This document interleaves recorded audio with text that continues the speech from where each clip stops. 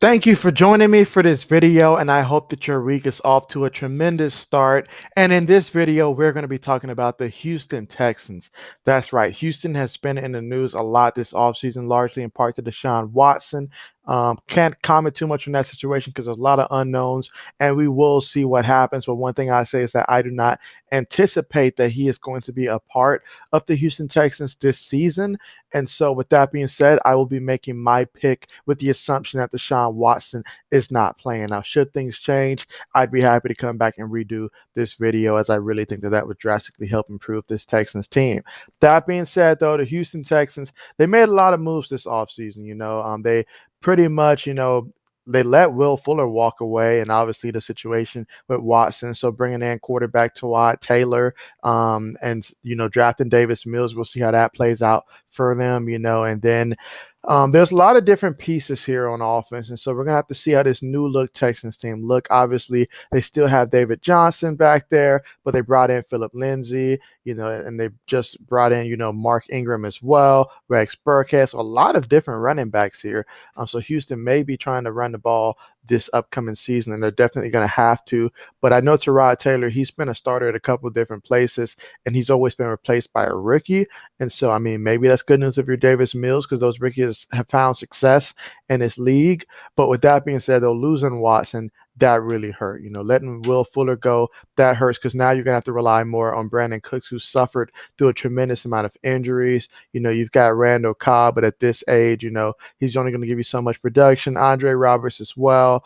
Kiki, those guys, so they was wise to draft Nico Collins when they did, but haven't what they had to give up in terms of middle round picks for him, that hurt them as well. So we'll have to see how this team looks, but clearly this is a team that's in rebuilding mode as of right now, because even with Watson last year, they didn't win a ton of games last year.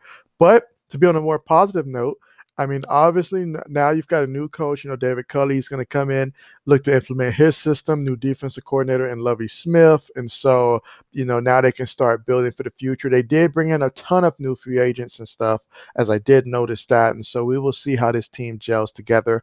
And before I make my predictions, remember, I do incorporate things such as, upsets. It's the NFL. Upsets are huge in terms of what's happening. So just because I may have a team win, here or there, does not necessarily always mean that I believe that the other team is better. It's just given the circumstances, whether it's coming off of a bye, whether it's a division game, and things like that.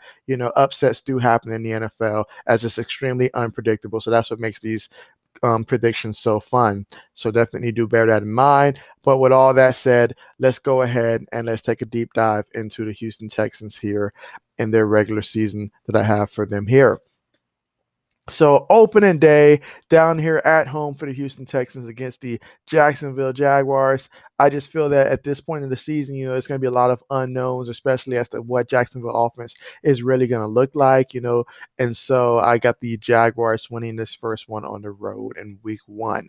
Now, week 2 going down to Cleveland, I really love this Browns team a lot, and I've got the Browns winning this one at home. Now, against the Carolina Panthers, I feel like they're going to be improved upon where they were last year, and obviously a healthy Christian McCaffrey would go a long way for this team. So I've got Carolina winning this one. Week 4, going down to Buffalo, that's really tough to win that in Buffalo.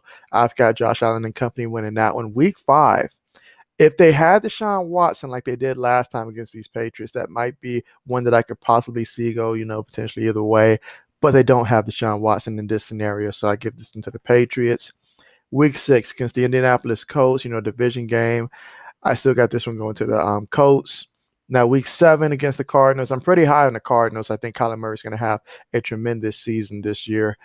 I've got the Cardinals winning this one. So right now we're 0-7 at the moment against the Rams. I really love this Rams team.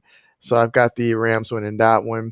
Against the Miami Dolphins, can this be the game that they win before the bye? Got Miami winning this one. So at the bye, I've got them going 0-9 at this point.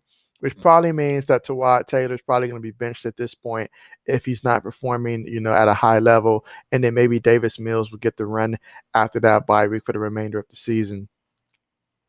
And so, in terms of against the Tennessee Titans here, coming off the bye, but it's at Tennessee. They've got a lot of pieces there. I give them that one. So, this one right here against the Jets, I feel like this one is one that, I could see go either way here, but I gave this one to the Jets with Zach Wilson and company.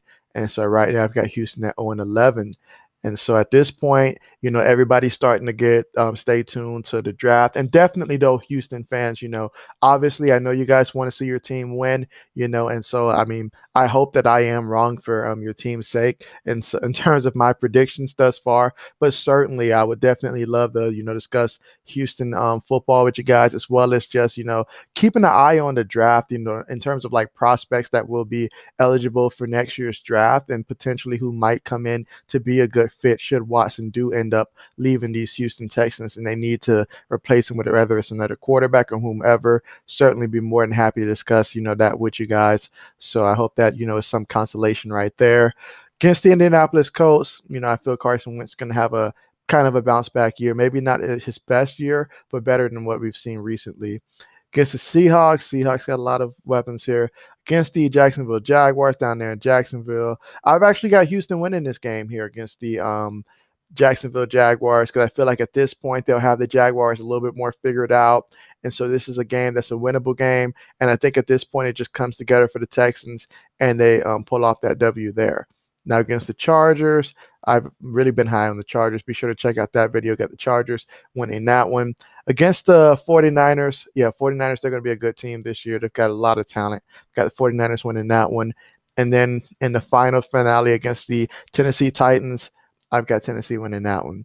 So, yeah, basically I have them going 1-16 this year, 1-5 within the division, which may not be all that bad for Houston. Obviously, this year, that doesn't sound great at all. But if you're thinking long term about the future, this will put you in a position to, go ahead, get your quarterback of the future. Should Watson be eligible to play, beyond this year, then maybe trade him and get some more assets as well and start building for 2022 and beyond. But it really hurt this Texans teams to not have, your first round pick, then a quarterback situation, and then you lost Will Fuller. There's a lot of pieces that the Houston Texans, really did lost. Now they did bring in a lot of new pieces, and we'll see how that gels. But I know that last year, given how well Watson played for the Texans, it just did not come together, despite how great he was. So losing him, you guys had to make up for that. So that's why we have a 1-16 prediction. But it's just my prediction. I could very well be wrong, and I definitely do hope that the Houston Texans have a far better season than what I'm predicting. That would really be exciting to see. But with that being said, thank you so much for joining me for this video. Hope you guys enjoyed it. I'm looking forward to hearing what you guys got to say in the comments and just, talking a little Houston Texans football, what the future is going to look like, what the game plan is going to be about in terms of how they're going to run their offense this year, some key spots, bright spots, things like that, definitely open to have those conversations with you guys. But for now, thank you all so much for joining this video and see you guys next time.